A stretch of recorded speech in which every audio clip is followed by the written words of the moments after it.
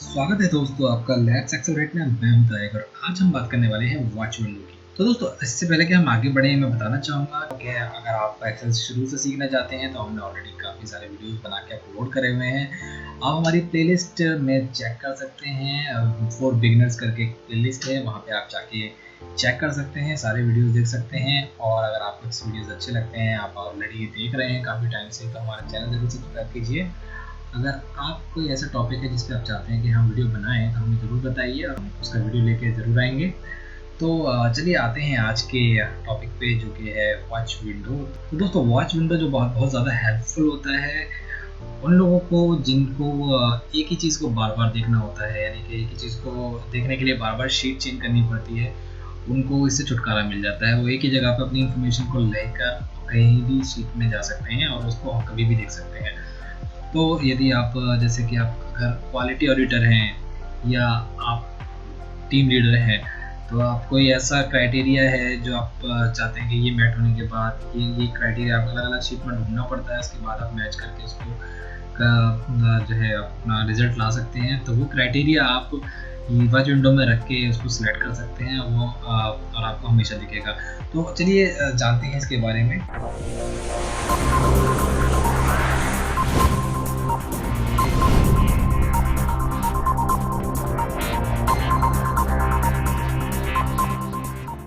तो दोस्तों watch window आपको फॉर्मूलाज के अंदर मिलता है। फॉर्मूलाज में जैसे ही आएंगे आप, आपको ये जो है चश्मे वाला आपको ये आइकन दिखेगा, आपको इसी पे क्लिक कर देना है।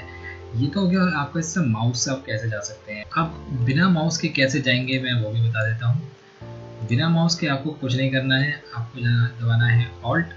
ऑल्ट दबाने के बाद आपको एम दबाना है, उसके बाद आपको डब्ल्यू प्रेस कर देना है। तो alt M W, alt M W आपको प्रेस करना है और आप आ जाएंगे वॉच विंडो में। तो वॉच विंडो में क्या क्या ऑप्शन दे रखे हैं, डिलीट, जैसा कि अभी मैं ऑलरेडी बताते बताते मैं कर रहा था। डिलीट आप वैसे कर सकते हैं, सेलेक्ट करेंगे डिलीट का ऑप्शन इनेबल हो जाएगा, वहाँ से आप डिलीट कर सकते हैं। ऐड आपको मैं बताऊंगा भी कैसे ऐड करना होता है। तो इसके अंदर क्या होता है, बुक कहाँ से, यानी कि वर्क बुक में किधर से है, ये इसके ऑप्शन है। ये कौन सी वर्कशीट में है, इसका नाम क्या है, सेल कौन से सेल का है, ये सारी इन्फॉर्मेशन इसके अंदर मिलेगी आपको। अभी हम जैसे ऐड करेंगे तो हम देखेंगे।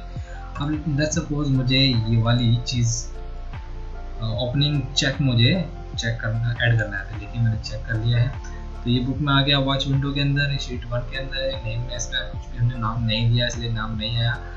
सेल कौन सा सेल का रेफरेंस दे रहा है, यानी कि F2 में पड़ा हुआ है, ये शीट 1 के F2 में पड़ा हुआ है। और ये जो इसमें लिखा हुआ है ओपनिंग चेक यहाँ लिखा है, वो आपको यहाँ दिखेगा। अगर ये कोई फॉर्मूला लगा होता तो आपको यहाँ नज़र आता। तो आप एक बार में, मतलब आप एक वॉच विंडो में 6 सेल तक ऐड कर सकते हैं मैक्सिमम, इससे ज़्यादा आप नहीं कर पाएंगे।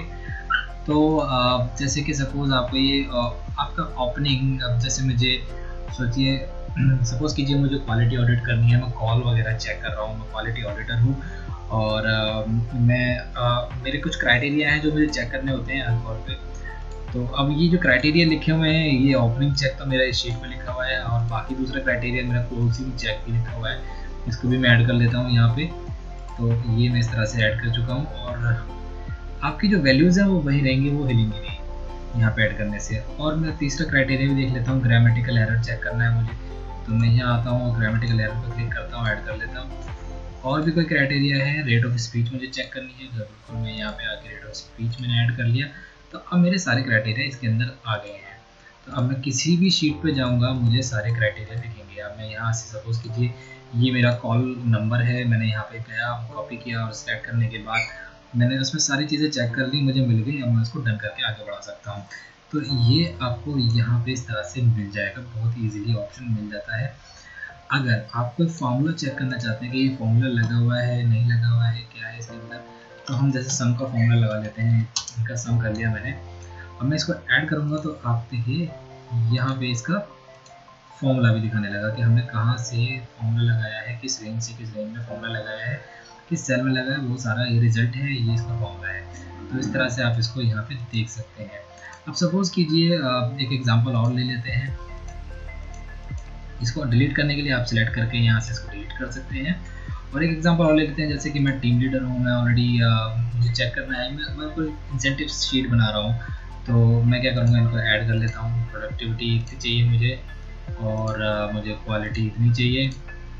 ठीक है, तो अब मैं मेरी सपोज़ कीजिए ये डेटा है यहाँ पे, कहीं भी कोई प्रोडक्टिविटी बना रहा हूँ तो मैं मुझे देखना पड़ेगा कि हाँ 200 मेट हो रहा है, क्वालिटी इतनी मेट हो रहा है। हालाँकि एक्सेल में तो ऑलरेडी फॉर्मूले लगे होते हैं, तो इतने की ज़रूरत नहीं होती, बट ये फॉर एग्ज़ाम्पल मैं आपको बता रहा हूँ। तो यहाँ से आप इस तरह से इसको यूटिलाइज़ कर सकते हैं ऐसे।